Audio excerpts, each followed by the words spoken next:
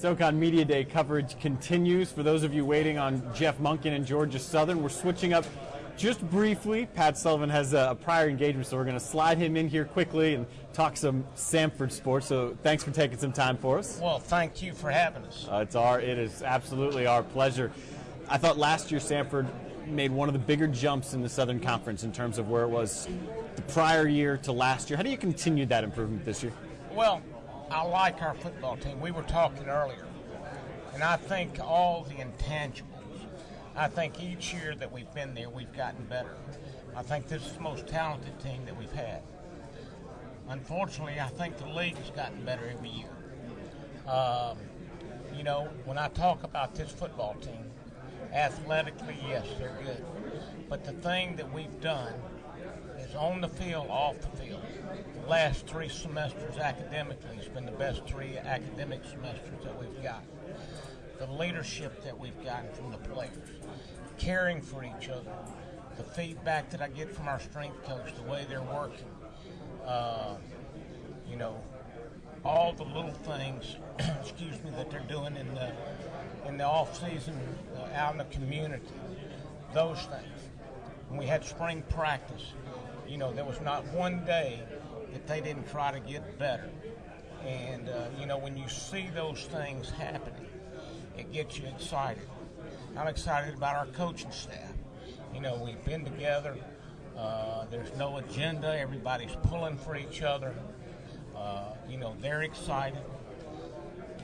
Offensively, defensively, the other thing that I think helps us this year, I think we got 2 proven kickers. And anytime you've got that, that helps that third ingredient. Coach, you talked about the intangibles and the things that a lot of your guys do off the field, not just football related. And I just want to commend you because I believe that starts at the top and that works its way down. The kids are always a reflection of their coach, so my hat goes off to you. But I want to talk to you about Fabian Truss. Right. Offensively. Right. How important is it, first off, that he stay healthy, and then how important and how much of the offense runs through him? Well, obviously it's very important for him to stay healthy.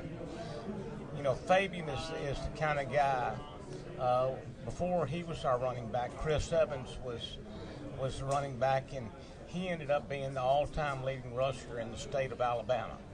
There's been some pretty good running backs throughout the state at various schools. But the difference in Fabian and Chris is that Fabian can turn that 10, 12-yard run in. He can take it to the house.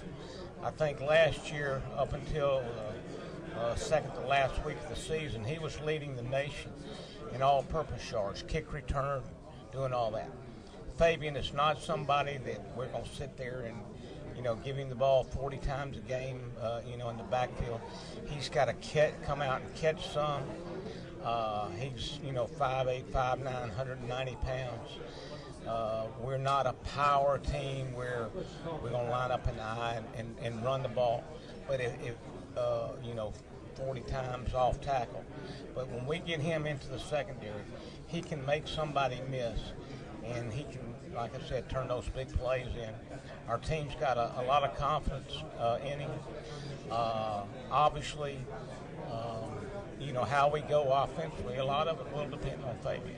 You've also got a new quarterback this year. I think a lot of people could see that and say, well, Dustin Tolliver's been there for 4 years. This is a problem. He's gone, but not in your eyes. Well, it's really not. Obviously, we're going to miss Dustin. I can't thank him enough for all he did for our program. But we've got 2 guys right now, and Ben Neal and a transfer named Andy Summerlin. Ben is about 5'10", 190 pounds. As good a leader that I've ever been around. Andy's more the prototype guy. He's 6'2", 220. Same mold as Ben. The 2 of them, they're constantly studying, trying to get better, pulling for each other, working together. And, I've been around for a pretty good while. And I've always felt that you needed that one quarterback that everybody hung their hat on. But, I'm not so sure with this football team that those 2 guys have not earned the respect of their teammates and their coaches And I don't think it makes a hill of beans to our offensive line and our running back, which one of them's in there. I think they've got confidence in it. The biggest thing they need to do is play in some games and get a little bit of that experience. Coach, to flip sides, to get to the defensive side of the football, who to you really has stepped up in your eyes and coming out of spring and going into this summer, getting ready for fall?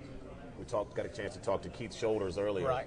You know how important he is to the defense, but who else outside of him on defense has really made a lot of plays for you?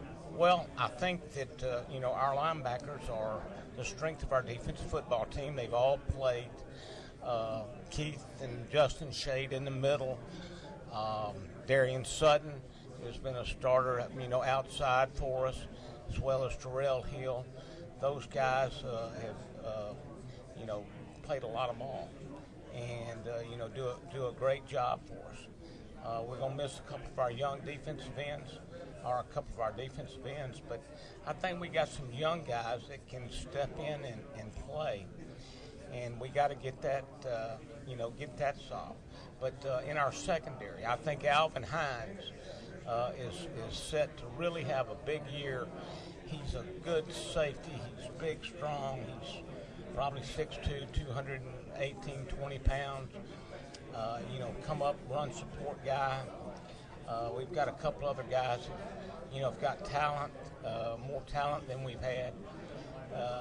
We just need a little experience there. Heisman Trophy winning former Auburn quarterback here, Pat Sullivan, now obviously with Samford, been there for quite some time. You also have a long list of honors that you've received, not just Heisman Trophy and bowl game MVPs and whatnot, but something I was speaking to you earlier about, National High School Hall of Fame now as well, and a pretty big honor, isn't it?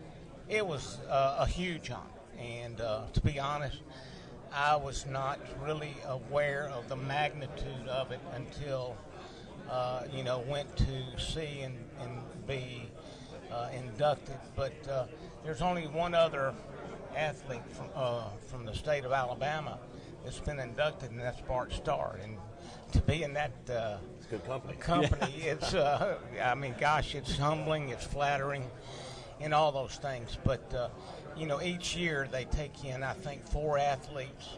They take in 4 coaches and a couple of administrators, and have been doing that over 30, 40-year period. So it was quite an honor, and I was glad to be able to share it with my family.